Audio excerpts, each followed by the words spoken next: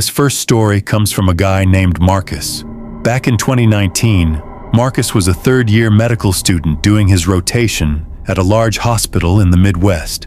He'd done dozens of overnight shifts before, but this one was different. It was a Tuesday. The hospital was understaffed, so Marcus was assigned to cover the fourth floor, the geriatric psych ward. Now that floor had a reputation. Nurses would joke that the elevator doors would open on 4 even when you didn't press the button. Marcus didn't believe in ghosts, but he believed in being alert. His job was simple: do hourly rounds, check on the elderly patients with dementia and depression, and report anything unusual. The lights in the hallway were dimmed after 10 p.m. The only sound was the low hum of the medication dispenser and the squeak of his sneakers on the waxed floor. Around 2:15 a.m., Marcus was making his third round. Room 412 was at the end of the hall. The door was slightly open. That was strange because he'd closed it 2 hours earlier. He pushed the door gently. The room was dark except for the blue glow of the heart monitor. The patient, an 82-year-old woman named Helen, was lying completely still. Too still. Marcus stepped closer. He whispered, "Mrs. Helen, you okay?" No answer. He touched her shoulder. Her skin was cold. Not cool, cold. He checked her pulse. Nothing. His heart started to race. He turned to hit the code button on the wall, but as he spun around, he froze. In the corner of the room, by the window, a figure was sitting in the visitor's chair. It was a man. He was wearing old-fashioned hospital pajamas, the kind with the snap buttons. But his face, Marcus said it looked like wet clay. No eyes, just smooth gray skin where eyes should have been. And he was smiling. A wide, slow smile that didn't move. Marcus couldn't scream. His throat closed up. He stumbled backward into the hallway and ran to the nurse's station. He told the charge nurse what he saw. She looked at him with tired eyes and said, "Oh, that's just the night float. Don't worry. He only shows up when someone's about to die." Marcus thought she was joking. She wasn't. When they went back to room 412 with 2 other nurses, the chair was empty. But Mrs. Helen's eyes were wide open, and written on the window in the condensation, even though it wasn't cold in the room, was a single word: mine. Marcus finished his rotation, but he never went back to that floor. He asked around later. A janitor told him that 20 years ago, a patient named Arthur had died in that very room. He'd been waiting for his wife to visit. She never came. He died alone, smiling. Marcus transferred to a different hospital the next month, but sometimes, when he wakes up at 2:15 a.m. for no reason, he swears he can feel someone sitting in the corner of his bedroom, watching, waiting, smiling.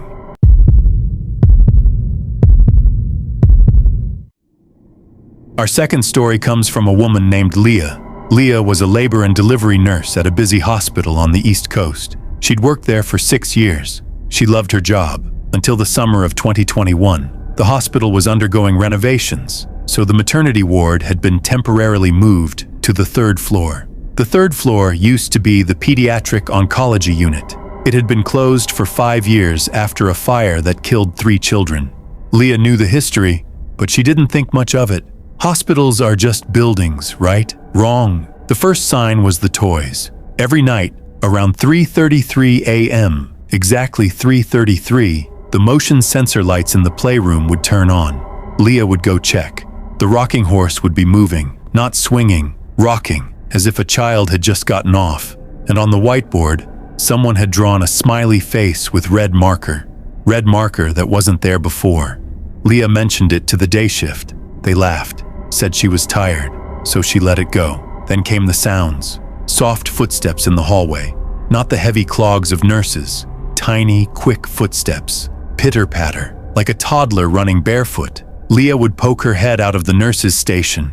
No one there, but the floor would be wet. Little wet footprints leading to the supply closet. She opened the closet one night. Inside, all the baby blankets had been pulled off the shelves and arranged in a circle on the floor. In the center of the circle was a single pacifier. Leah picked it up. It was cold, and it smelled like smoke. Now, Leah is not easily scared. She's a nurse. She's seen blood, bones, birth, death. But this felt wrong. She called the hospital chaplain. The chaplain, an older woman named Gloria, went pale when Leah described the pacifier. Gloria said, "You need to leave that closet alone. The fire? It started in that closet. A little boy named Eli was hiding in there. He was waiting for his mom. She never made it out. Leah asked, "Why is he here now? On the maternity floor?" Gloria whispered, "Because he's still waiting for his mother. And every time a new baby is born, he thinks it might be her, reborn, so he waits." Leah didn't believe in reincarnation, but she stopped using that supply closet, and she stopped working nights. The last night she ever worked on that floor,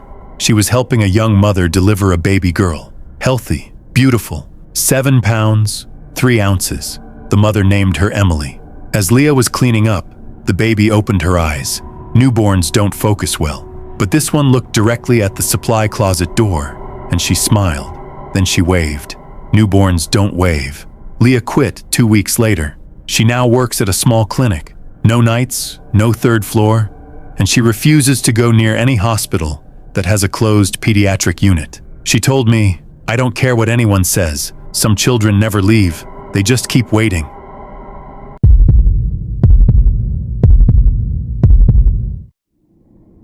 This last story is the one that still keeps me up at night. It happened to a former security guard named Derek.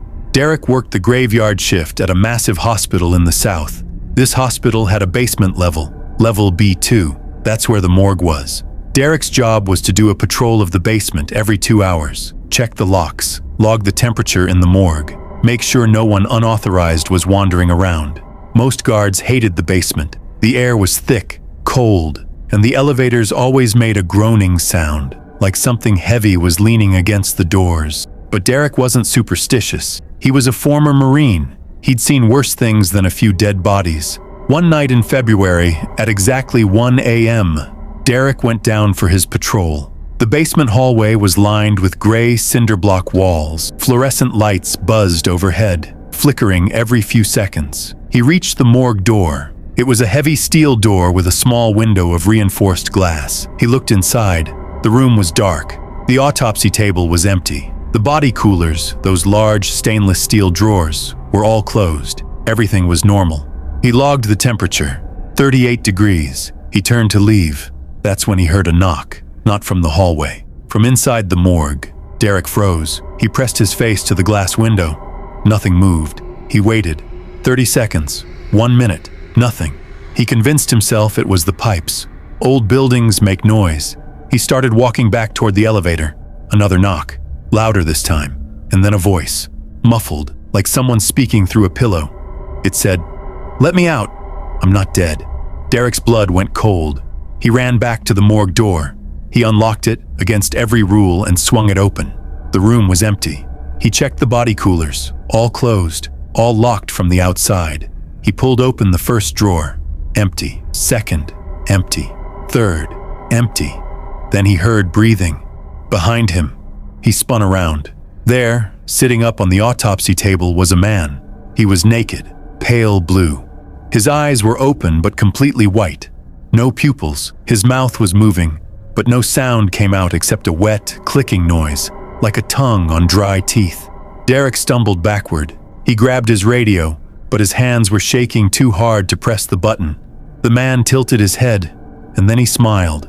His lips cracked open, and black liquid dripped down his chin. He whispered, "You left me in the drawer for 6 hours. I felt everything."